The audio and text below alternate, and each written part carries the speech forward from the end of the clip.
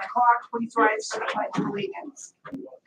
I pledge allegiance to the flag of the United States of America and to the republic for which it stands, one nation, under God, indivisible, with liberty and justice for all.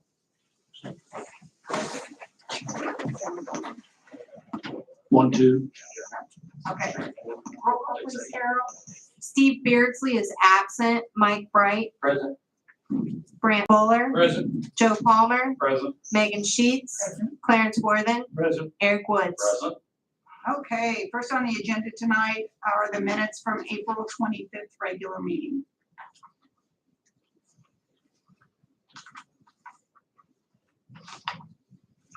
Make a motion to accept the minutes as presented.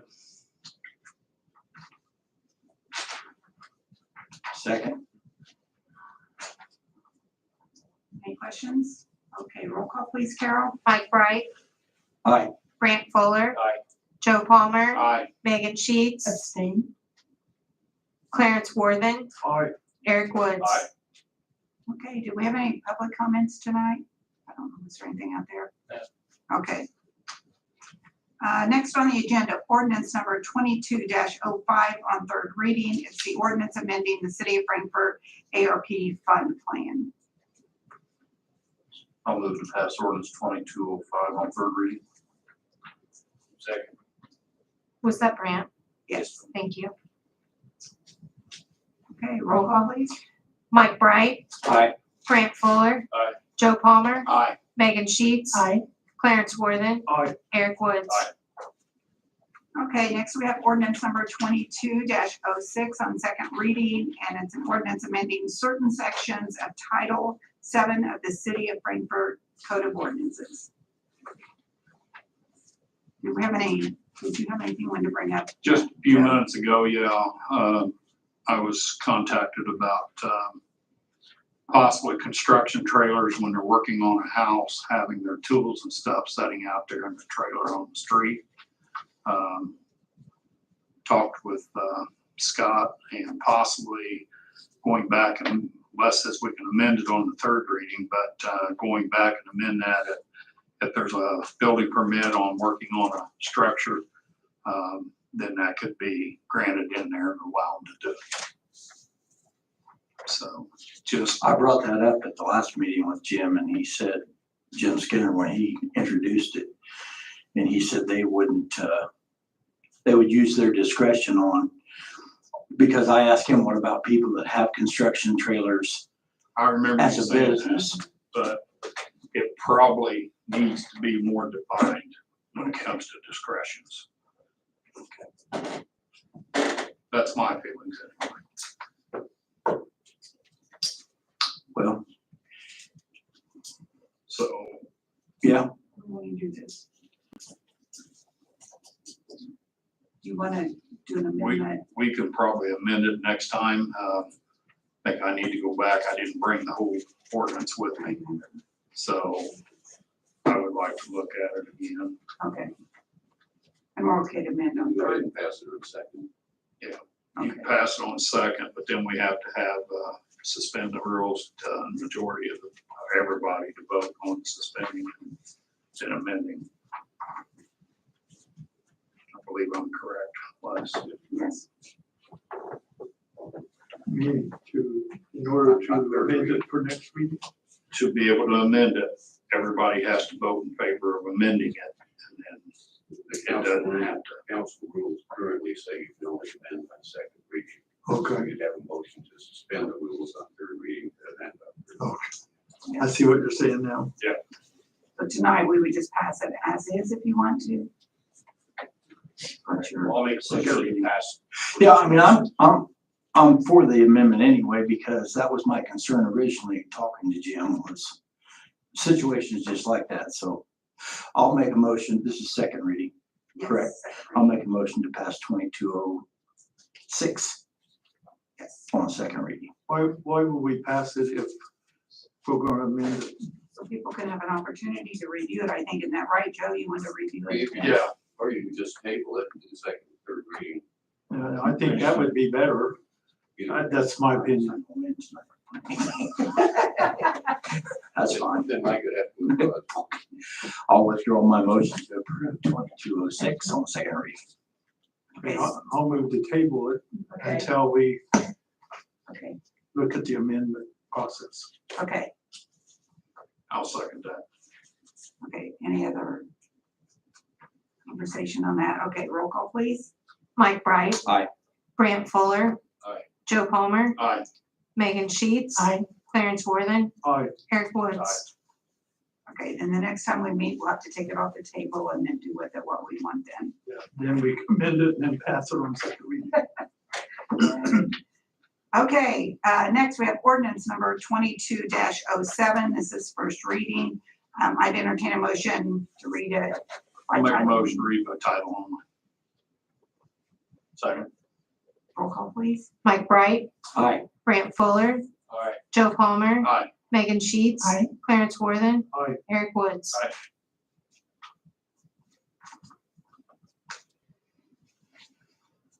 Common Council, City of Frankfort, Indiana, ordinance number 22-07. An ordinance recertifying City of Frankfort legislative body districts and partially amending ordinance number 12-11. Russ, did you want to talk to us a little bit about this or? Yeah. Okay,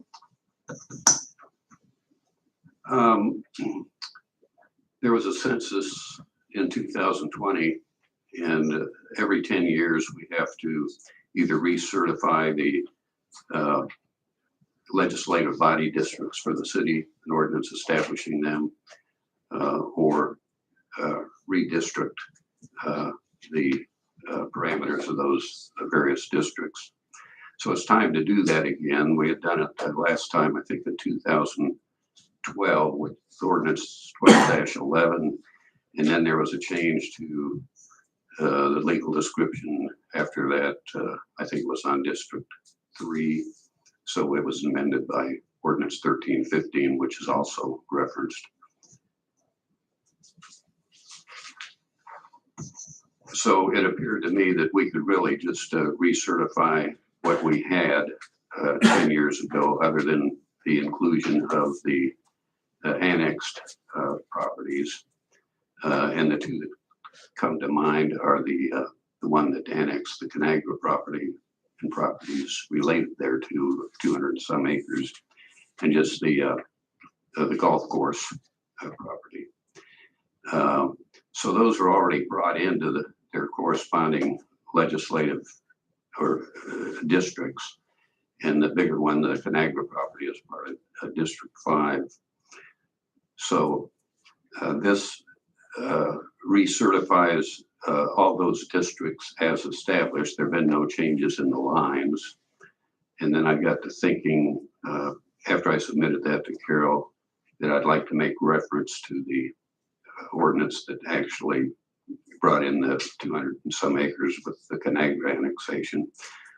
So I revised the fourth whereas. The original 2207 that you had, I think, had 3 lines. This one with the change has 6 lines. But is that attached to each one of these, Carol? Is that how you did it? Yes, you have a smaller sheet of paper with the revised language for the 4th paragraph. It just makes reference to that 2014 ordinance becoming a part of District 3.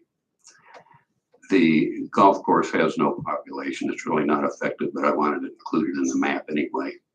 And then the map itself is approved by this ordinance, and you should have a copy of that.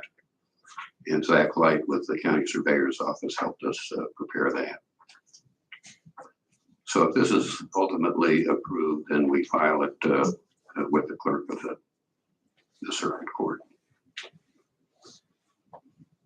And Megan had caught a phrase that had been left out, actually.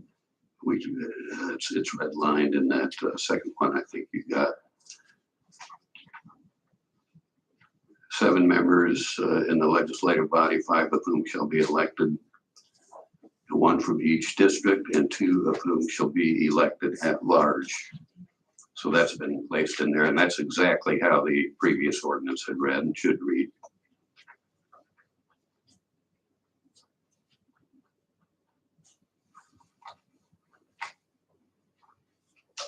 Les, I have a question. I take it that District 3 will be expanded all that west area. Yeah, the way it reads in the legal description is all, with limited exception to some properties to the south of I think, McKinley Avenue, all properties west of Prairie Avenue are in that district. Okay, Now, the I-65 annexation is not effective for another 3 years, so it's not a part of this yet. okay. That's what I was Yeah. wondering, because Yeah. when they come in, the population's going to explode. When this ConAgra annexation only brought in about 3 or 4 houses out there on the north side of 28. So it didn't really affect the population of the districts Okay, in any substantial manner. so the annexation will change it again. When that annexation, It'll show up in 10 years in the next recertification or redistricting okay, ordinance. But the annexation ordinance will automatically bring it in to District 3. okay, That terminology is in the ordinance itself, but it becomes effective in 2024. okay, So at that time, it will be in, and it'll be a part of that. It'll be a part of District 3.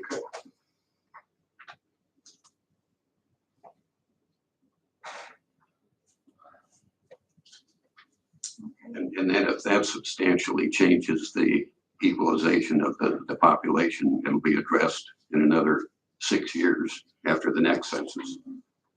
okay. Because I asked the person that presented that to me at the conference, and he said we could reassess it after that annexation goes in, adopt the new policies after that. But he didn't have to wait. Yeah, till- you could, but you're mandated by state law to do this every 10 years. Yes. Okay, Any more discussion, comments? I'd entertain a motion to pass this on first reading. I'll make the motion, we pass ordinance 22-07 on first reading. I'll second. Roll call, please, Carol. Mike Bright. Aye. Brant Fuller. Aye. Joe Palmer. Aye. Megan Sheets. Aye. Clarence Worthen. Aye. Eric Woods.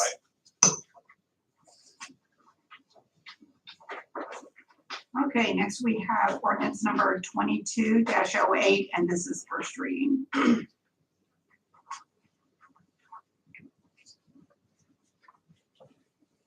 I move to read ordinance 22 by title only. second that. Roll call, please. Mike Bright. Aye. Brant Fuller. Aye. Joe Palmer. Aye. Megan Sheets. Aye. Clarence Worthen. Aye, Eric Woods. Aye. Additional appropriation ordinance number 22-08.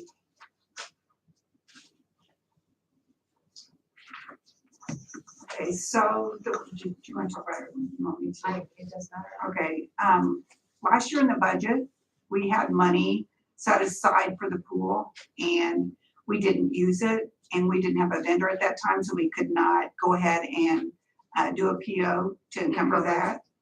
So what they would like for us to do to get to the $171,000 that we have committed to the pool, along with our other funding, we would need to do an additional appropriation of $71,000 this year. So it's money that was already set aside for it. We just weren't able to use it last year. And we did not put that in the budget. We thought we could maybe encumber it, but that didn't work either. So this year we need to do an additional appropriation. And as Les couldn't tell you as well, right now we're working on all the funding sources for the pool, and that $171,000 was included in that. There's $100,000 in this year's budget. So if you recall, there's been money in the budget for the last 3 or 4 years to go towards the aquatic center. And this is just the unspent portion from last year's budget. So it just went back to general fund when you couldn't encumber. Correct. Actually, it went into Lit Ed. Lit ED. Yeah.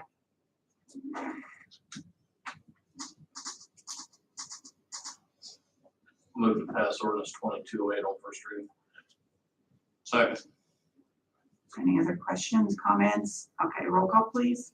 Mike Bright. Aye. Brant Fuller. Aye. Joe Palmer. Aye. Megan Sheets. Aye. Clarence Worthing. All right, Eric Woods. Okay, the next meeting, then we'll have a public hearing and second reading. We're getting ready to close the documents on the bonds. We had to let them know exactly what amount we were going to commit to that out of lead ED. So we'll go ahead and put that in for the $171,000. Okay, next we have ordinance number 22-09, and it's on first reading. Make a motion to read by title only. second that. I heard Clarence. Okay, roll call, please. Mike Bright. Aye. Brant Fuller. Aye. Joe Palmer. Aye. Megan Sheets. Aye. Clarence Worthing. All right, Eric Woods. Aye. Common Council, City of Frankfort, Indiana, ordinance number 22-09, an ordinance amending the zoning ordinance of the City of Frankfort to rezone certain real estate. Okay. Don, did you want to talk to us a little bit about this ordinance I do. 2209 before we, Yes, ma'am. for a vote? This is a property that's owned by Gracie Balderas. On your printout from Beacon that I just gave you, it's the 4 squares that's on the corner of Pratt and West Morrison Street. It'll actually end up being just 2 parcels. That is zoned I industrial. It's the only 2 lots on that side of the street that's zoned I industrial. And Gracie wishes to be able to build on it. And her ideas will either be a single family property on each of those or a potential duplex. The reason why she wanted it to go see was for the duplexes, but because of the fact that all that property on that side of the street is in a B residential. I told her no, that it needed to be B residential, and if she wanted to do a duplex and the UDO should pass, then she could put them in by special exception. If not, then she could come back and try to do a use variance. So I'm not into trying to spot zone things. I'm trying to unify the best we can. The comprehensive plan calls for that. And so for her to be able to build on it, we took it to the Plan Commission last week, and their recommendation was to pass and send it on to you for consideration of rezoning those 2 lots or those 4 squares, whichever you want to look at it, from I industrial to B residential.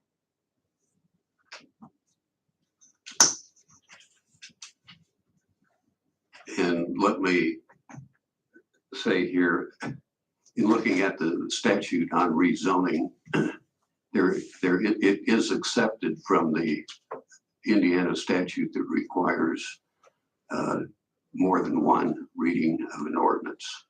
So it can be on a rezone, and really by statute is supposed to be addressed at the first legislative body meeting after the Plan Commission makes its recommendation. It doesn't contemplate more than 1 reading. And we may not have done that all the time in the past, but that's how it reads. Our council rules, though, require 3 readings. So in order to satisfy our rules and the statute, my suggestion is to make a motion to suspend the rules and pass it on all 3 readings, and we'll get it all done tonight to comply with the state statute. And that would be on both this ordinance and on the next one. 10 is also, I'll explain that. That's in your, on the upper left-hand corner. It's on the corner of Pratt and Glen Avenue. It's on the southwest corner. That too is zoned I industrial. Matter of fact, all those lots on the west side of Pratt Street are zoned I industrial. Most of them are homes with the exception of Mr. Michael's concrete business that's there. And then right behind there is Forest Product. This is an empty lot. The house will fit on that lot. It'll actually face Glen Avenue, not Pratt Street. So it'll have a Glen Avenue address. And for him to build on there, it needs to be rezoned to be residential. That's what we're asking it to be. And I thought that it was something that could be easily done, or at least taken into consideration with the council. Take it to the commission last week also at the same time, and their recommendation was to pass it on to you for consideration of rezoning it from an I industrial to a B residential. Don, did anyone speak against it? Nobody. I'm gonna say the only one would have been Bill Waddell. It was his garden spot for years. Is that right? Yes. That's funny. Well, he may have been okay with it. Actually, I made a street name after him, the park, so I'm thinking he's probably okay now. I'll make a motion to pass 22-09 first reading. Second. We're not gonna do it on all three then. Well, we're missing Councilman Beardsley, so we have to have them all, right? No, Is everybody here to? well, yeah, this is, no, it's, I didn't think you could do it on first reading. no, that's what I just tried to explain. The state statute requires that it be addressed one way or another at the first legislative body meeting after the plan commission makes its recommendation. So my suggestion was to suspend the rule that says we have to do it in 3 readings. I'm not sure we need to do that, but but the statute's pretty clear. I don't have a problem. I'll withdraw my motion. That this contradicts our last time we tried to suspend. I know. So we had to have all members to suspend the rules on a But first. is it all members present or all members of the council? All members of the council, Okay. what we did last time. Now, to satisfy the statute on addressing. The statute probably overrides the rule anyway, to be honest with you, but Are they in a rush? Well, Mr. Flores would like to start putting his house up if he could.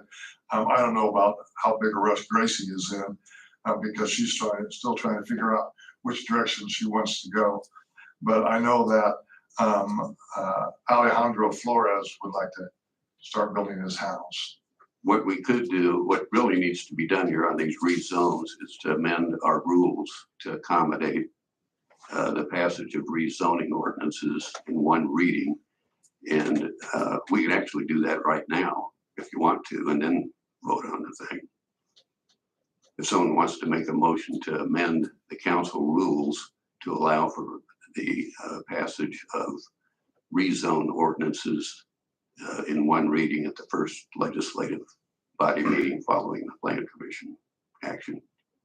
And we don't have to have all members present for that kind of a rule change. I don't know why you would need to. I would think in your amendment, you could also add with the majority of the council members present.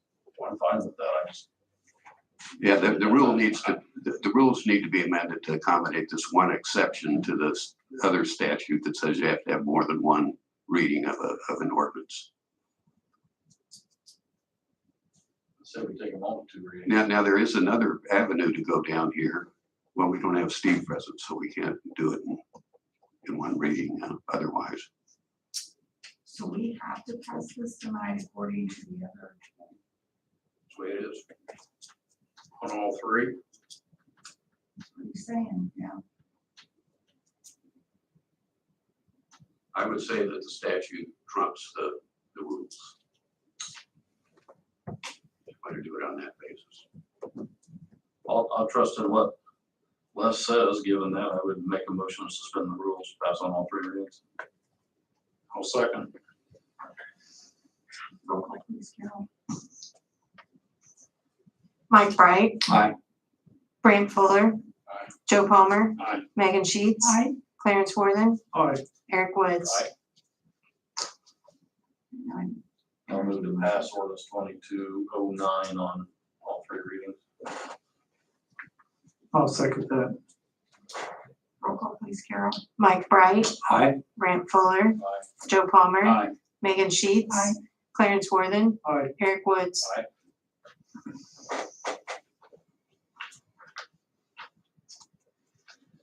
All right. start off with 22-10. Yeah. Make a motion to read by title only.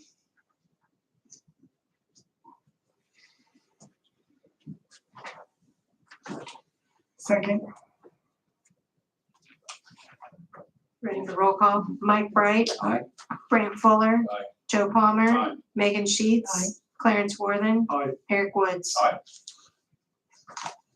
And then I'll take a look at those council rules and we'll probably make that one modification going forward.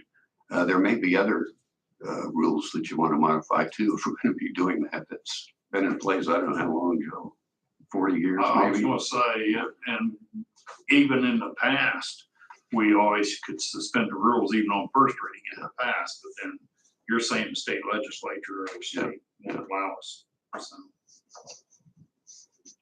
I don't know, trying to open up a bucket of worms. Well, we've gone through this issue in detail with the county folks too. So haven't we done? Yes, we have. Ready to read by title Yes. only? Common Council, City of Frankfort, Indiana, ordinance number 22-10. An ordinance amending the zoning ordinance of the City of Frankfort to rezone certain real estate. Yeah, I'll make a motion to suspend the rules, pass 22-10, first, second, and third reading. I'll second. Ready for roll call? Mike Bright. Aye. Brant Fuller. Aye. Joe Palmer. Aye. Megan Sheets. Aye. Clarence Worthen. Aye. Eric Woods. Aye. Make a motion to pass on second, and third reading. First and second. First, second, and third, I'm sorry. This curveball stole me off.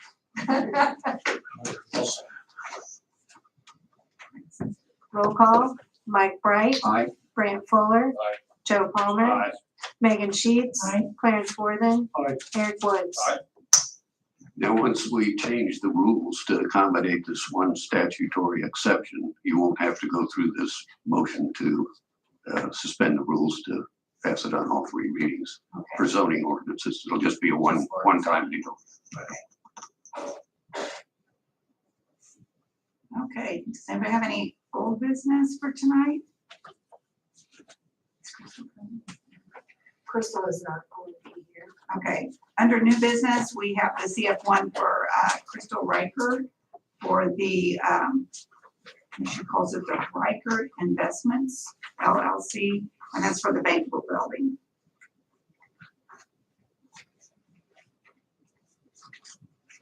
I move we approve the CF1 form for Reichert Investments LLC. I'll second.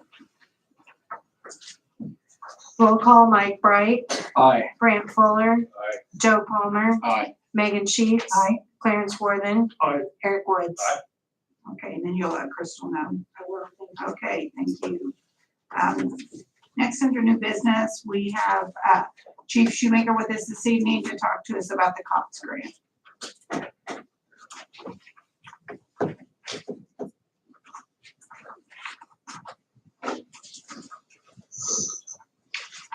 Thank you.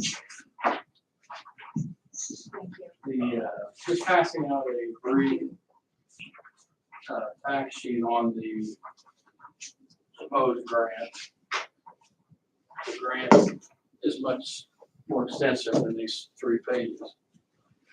But the reason we're bringing this up is I received just about 3 weeks ago, the U.S. federal government released funding for COPS grants, which is from the Office of Community Oriented Policing Services. And these grants pay for police officers for cities, states, and towns across America.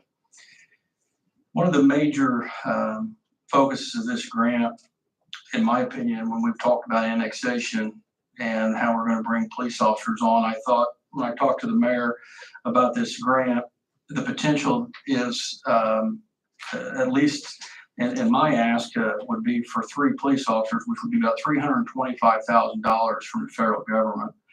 There's a lot of caveats to this funding. I think the city did this 20 years ago at least, maybe more. Gary McCullough was one, and so whenever he was on. And to sort of refresh that, the grant is for 3 years, and the city must fully fund that officer for the 4th year. And so on page, and really on page 3, I worked with Wanda Mitchell in the clerk treasurer's office to get us, it's steps 1 through 5 are pretty much done. I just have to do step 6, and that's complete the grant. But to complete the grant would require the city to be on board with the grant. So if you go to the last page, is essentially what I've put out on the online computer program. And you can see over 3 years, there has to be a sliding portion, higher for the federal government in the first year, lower for the city, and then at the end, we must be paying more per year. And so you can see 3 police officers for 3 years with salary and retirement. The funding is $621,525.96.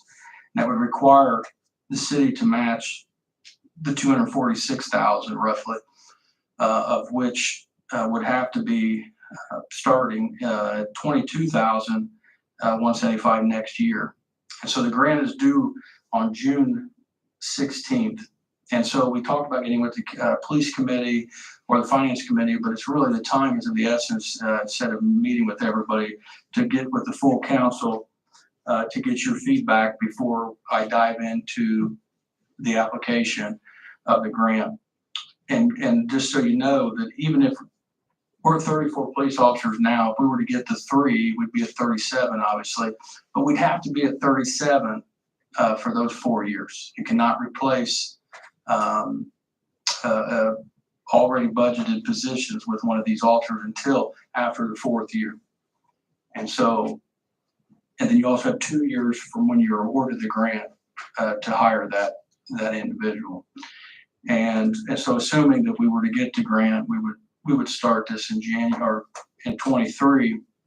And so by annexations in 24, 25, essentially, hopefully by then, funding is coming into the city that would take these salaries over. So that's the only, we're expecting that. We don't have it yet. So if we were not to have that, then unfortunately, we could then use those positions through attrition of other officers and replace those positions until we were back to 34. So again, it's a lot of work. The grant, we're going to be writing the grant in terms of obviously community policing, and also in our community, we're looking at police-based response to purposes in crisis. And so the grant will be written in a way that each shift that's working, there's at least one trained individual that works well. We're going to partner with Healthy Communities. Maura Archibald has prepared a memorandum of understanding. We're going to use that for the grant to tie in their mobile response team to an officer who's trained to work with them and be available to them. And so that's a real 30,000 overview of the grant. And so for me to proceed on that, I've taken any questions or comments on whether, and in discussion among yourselves, of whether or not we should commit to this. So this is just salary, no benefits, no equipment or anything? The only benefit that's written into the grant is their retirement Okay. and Medicare. Now, is there a chance that we would maybe get 1, 2, or, I mean, it's not I would just assume 3. more. I mean, is that the max you can ask for? No, you can ask, there's a percentage. You're just asking. I asked for, when we talk about annexation, we needed 4, and we technically, we will have if we're ever full staff again after retirements, we'll have a potential 4th person, because I told you we'll need 4 for annexation to keep response times appropriate. So 3 plus the 1, and whether you get to 3 or not, you won't get everything you ask for, but it's potential that you get 3. I know in the past when the city did that, it really worked out well for them. I mean, we were able to, I don't know if this is based on percentage, but that's the way it was then. The first year you paid a percentage, second, I don't know. Ended up the 4th year you paid 100%, but that gave the city the opportunity to add officers and not have the full cost of it. The original plans was to filter them back in, just like you said. And then after the fourth year, if somebody retires, not replacing. The minutes did not get done to reflect that, so not saying anything, but we got stuck with it. So you can either have your minutes, make sure the minutes reflect that, or my opinion is hopefully with everything that's going on with annexations and all that our assessed valuation grows enough that we can absorb it, so. Yeah, I don't know how the grant was written back then. It was yeah, I don't either, I mean. The grant, we were only required for at least 12 months to retain the individual past the 3 years. That's written in the grant, so I don't know if that this time around. It was that way last I time. don't know. So you have to keep it the fourth year. Right. And you could not get rid of them, but you could keep them and filter in, yeah. So, I guess my question is I'm not sure why we wouldn't do this. well, I'm not saying that. I know. The I know you're problem not is saying- the city in a position to absorb X amount of dollars, Right. down the road, so. And But who knows? wasn't our plan originally anyway, we were gonna have to with the annexation for time responses and shift growth, we were gonna have to have these anyway. Yeah, I'm not saying, of course, the fiscal plan is normally just guidelines. It's not a etched in stone type thing. Right. So. I mean, don't take me wrong, I'm not trying to stop this. I just put down what happened before. And I would think our chances, I'm sure in the grant, that the part of the description would be the reason we need this is because of the annexation, and I would think they would heavily take that into consideration. I think they would say that if you're going to have annexation, you should have already budgeted for those officers. So I don't think we could write it in a way that this is what we need and this is what we want. It has to be away from anything that if I put in there that I'm looking forward to these officers because of annexation, then we won't, I don't think we would get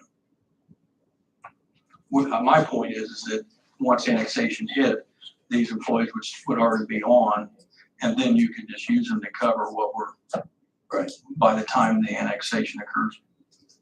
What do you want the council to do? You want just a basic majority yay or nay to go forward with this? I think this is basically a blessing for me to, start the narrative portion of the grant.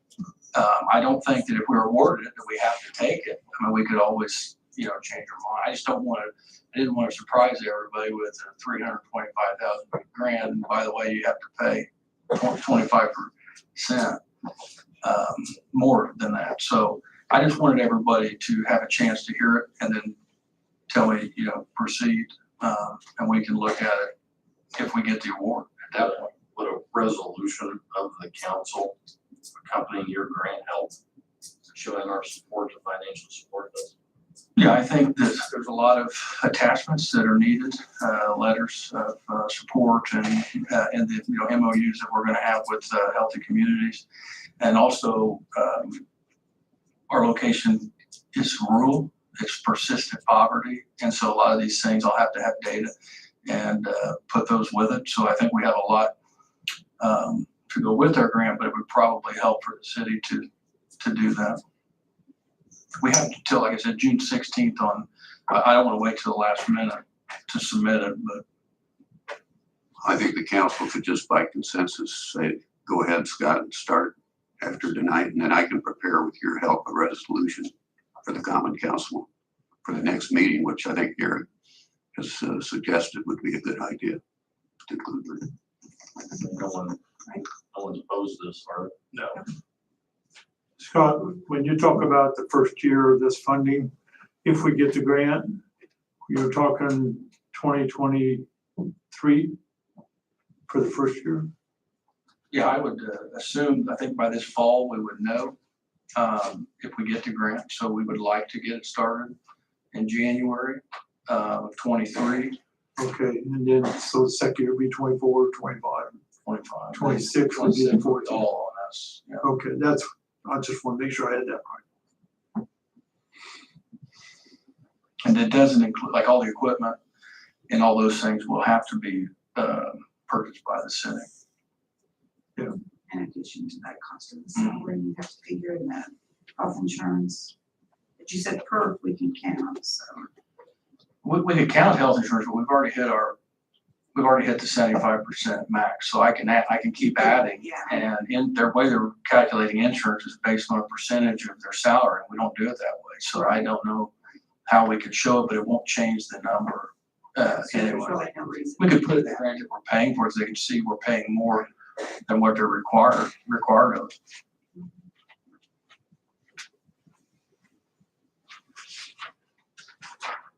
Do we need a motion to provide the support level for this evening? You can certainly make a motion to that effect. Okay, I'll make the motion that the council approve the initiative of the COPS hiring program grant pursuit, and with the resolution forthcoming at the next meeting to document that support. I'll second. Roll call please, Carol. Mike Bright. Aye. Brant Fuller. Aye. Joe Palmer. Aye. Megan Sheets. Aye. Clarence Worthing. Aye. Eric Woods. And did you tell them we're gonna build a police station? Go ahead, tell them. Hopefully, we look at the timeline. First it showed June 22nd for groundbreaking. At this point, now it shows June 27th, but we'll have some say in that and try to make sure if we can get as many of you all there, we'll put that out. But that's the plan. They've got to go ahead now to order pieces of the building. We bought a transformer from Todd. Did you get that check? Because he said if something happens tonight, he's gonna put that transformer. June 27th. Todd said he'll use that transformer tonight if you haven't gotten that check to him, so. She said. Possibly, you never know. I believe it passed at Board of Works. He said until he sees a check, it's not ours, so I'll deliver it to you tomorrow. So. Scott, you say the 22nd or the 27th? Tentatively for the 27th, but it's somewhere around there. We'll work with the developer on that. Yeah, the Board of Works actually passed a resolution this evening to allow him to proceed. And we've also got the figures for the GMP, which I don't have that with me. 9,500,000. Did you see that? I did see that. Yeah, I'll get it. I can scan and get it to our Carol's guy. We can get it to the council so they can review it and see where we're at and the timelines in there from everything from now to, I think August, was it August? Yeah, And it late looks summer, like 23. June, maybe, what do we say, June 14th? So the Yes. bonds and the closing would be June 3rd. Oh, I thought it was the 30th, but anyway, by the end of June, we should have the bond in place and So the council would like to see the Board of Works Resolution 2207. Is that what I heard? I can, what we passed. okay. All right, thank you. Thank you. Okay, does anyone have anything else? On ordinance 22-06, that's the one amending the code of ordinances. I'll work on that issue with the construction trailers. Again, as we mentioned last meeting, if there are any other changes, any of you want to that, let us know ahead of time. We'll get it in there as a proposed amendment. I was gonna say, I think it should just be simple to amend that, so. So our next meeting, after the meeting, we have a work session scheduled. Do you still want to hear the information on the UDOs? That's one of the things that we talked about doing at the next one. Having Dawn do a presentation. And then also have Jason talk to us about automated trash pickup. We have some figures on that and some thoughts on that. He's been talking with different ones and within meetings, so. Would you be okay with those two things on that work session? And if you come up with anything else, be sure and let Carol know, so she can put it on there. And then plan your costume accordingly, like Councilman Beardsley does. Mayor, You won't see me in tights. Mayor, Pretty good. I believe also, and Jason, make sure I'm correct on this, is during the actual council meeting, the public session, the group with automated trash was gonna do about a 15-minute presentation Yeah, that's what I figured. during the meeting and Yeah. since Okay, not we during got the something regular to count meeting, on. during the regular meeting. okay. And, because UDOs may take up a significant amount of time during the work session, so we were gonna plan for it during the regular meeting. Okay, and then if anything does come up after that, Yes. we can talk for a few Yes. minutes, so. And then we also have the financials on that for reading, that we can talk about, so. Okay, does anybody have anything else? So moved. Okay, second. Okay, thank you, everyone. I have a call.